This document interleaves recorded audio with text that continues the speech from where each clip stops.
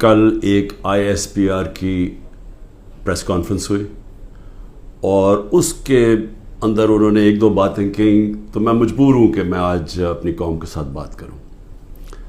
جو انہوں نے بات کی کہ یہ پاکستان کے خلاف بغاوت اور اشارہ سارا تحریک انصاف کے اوپر کہ ہم نے بغاوت کی ہے، اور یہ کہ یہ پہلے سے پلان بن رہا تھا اس کا کہ ہم یہ پہلے سے تیاری کر رہے تھے بغاوت کرنے کے لیے، اور یہ اپنی فوج کے خلاف یہ سارا یہ ہم نے کیا.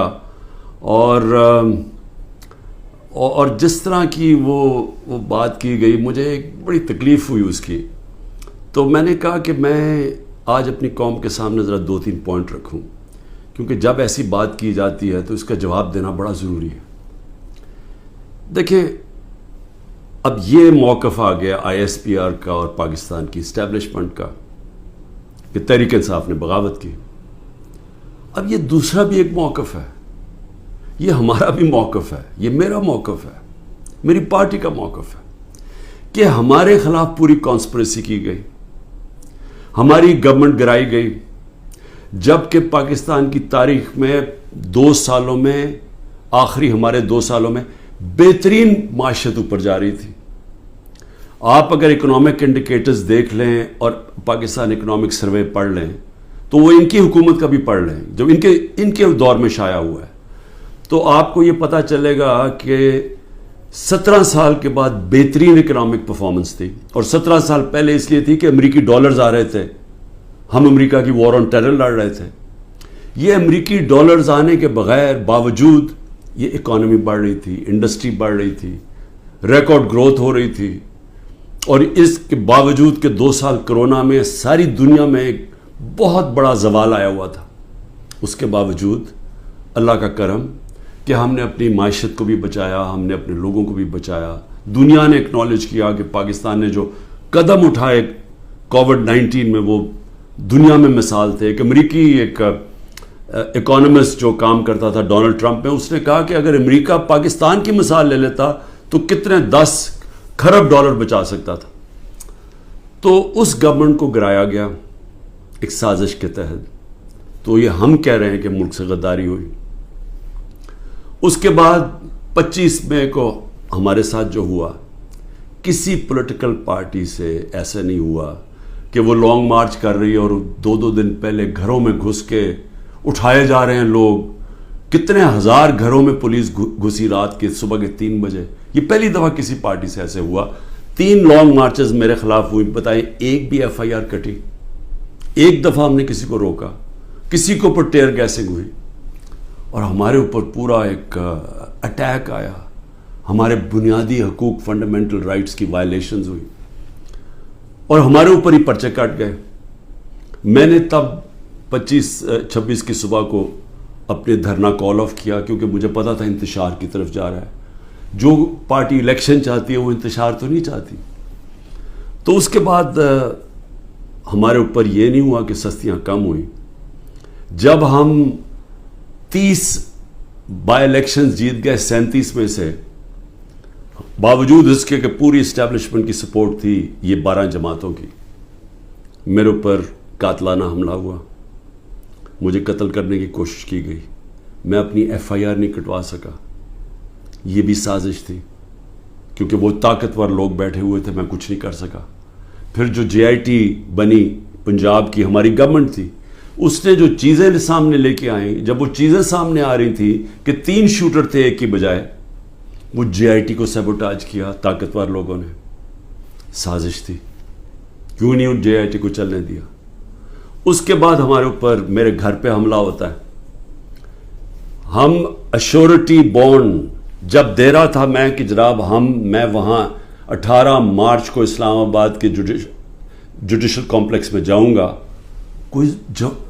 کوئی قانونی جواز نہیں تھا میرے گھر پہ. 24 گھنٹے حملہ کیا اور وہ ایشورٹی بانڈ بھی نہ لے پولیس، کیونکہ انہوں نے مجھے اغوا کرنا تھا. یہاں لوگوں کو زخمی ہوئے، سارا دن گھر اندر بیٹھ نہ سکے، 24 گھنٹے ٹیئر گیس کمروں کے اندر. کبھی کسی لیڈر سے ایسے نہیں ہوا. 18 مارچ کو پھر میرے اوپر ایک قاتلانہ حملہ ہوتا ہے. اللہ کا کرم ہے کہ میں بچ جاتا ہوں.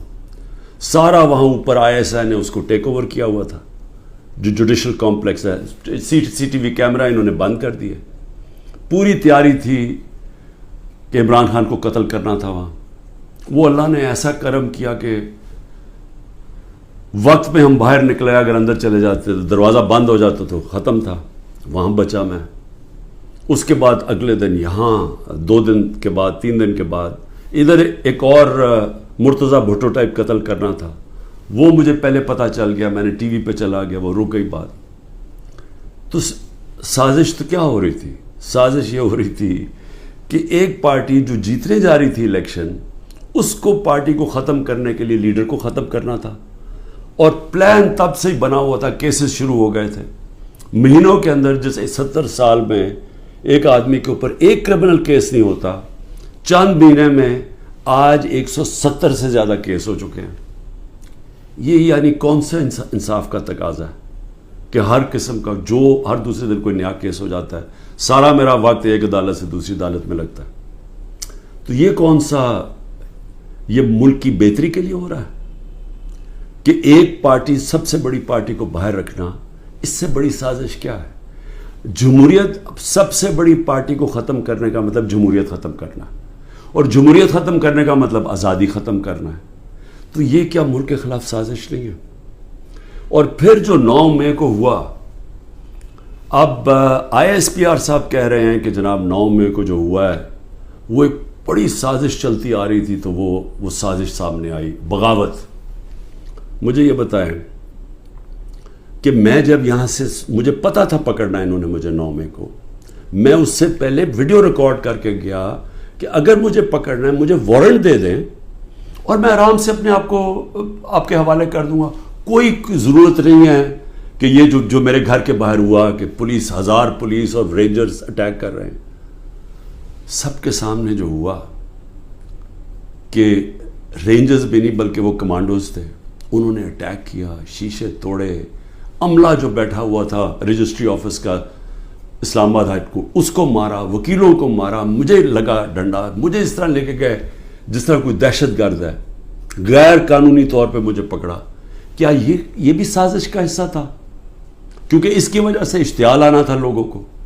اور ہمارا موقف یہ ہے کہ اس کو استعمال کر کے ایک پورا کریک ڈاؤن کیا گیا جو پہلے سے پلان تھا. ہو ہی نہیں سکتا کہ 2 دنوں کے اندر آپ 10,000 لوگوں کو جیلوں میں ڈال دیں پکڑ کے، جب سے پہلے سے پلان نہیں بنا ہوا تھا.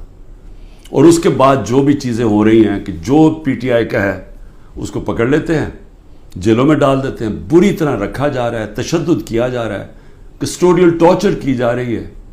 اور جو ہاتھ کھڑا کر کے کہتا ہے جی میں تحریک انصاف چھوڑ رہا ہوں، سب کچھ معاف. تو میرا اب سوال یہ ہے کہ ISPR کا یہ موقف ہے کہ فوج کے خلاف بغاوت ہے. ہمارا یہ موقف ہے کہ یہ ہمارے خلاف پوری سازش ہوئی پارٹی کو ختم کرنے کی تاکہ وہ الیکشن نہ لڑ سکے اور عمران خان کو الیکشن سے باہر کیا جائے. یہ 170 کیسز اس لیے کہ کسی طرح ڈسکوالیفائی کرو یا جیل میں ڈالو. اور یہ ملٹری کورٹس بھی میری نظر میں اس لیے ہیں کیونکہ سول کورٹس کے اندر یہ جو سارے کیسز ہیں یہ کبھی چل سکتے ہی نہیں ہیں کیونکہ بوگس کیسز ہیں. تو اس لیے ملٹری کورٹس بنائے جا رہے ہیں تاکہ اس میں عمران خان کو سزا دی جائے تاکہ وہ الیکشن سے باہر ہو جائے. تو میں آج اپنی ملٹری اسٹیبلشمنٹ کو کہنا چاہتا ہوں کہ دیکھیں، انصاف کا تقاضا تو یہ ہے کہ ISPR نے تو فیصلہ کر کے ہمیں دے دیا، اور جو بھی بیان آتے ہیں اسٹیبلشمنٹ سے اس سے واضح ہوتا ہے کہ ہم ہی بغاوت کر رہے ہیں، PTI اور عمران خان. آپ نے تو اپنا مائنڈ دے دیا ہے. تو اب سوال یہ ہے کہ آپ ملٹری کورٹس میں اب کیسے فیصلہ کر سکتے ہیں؟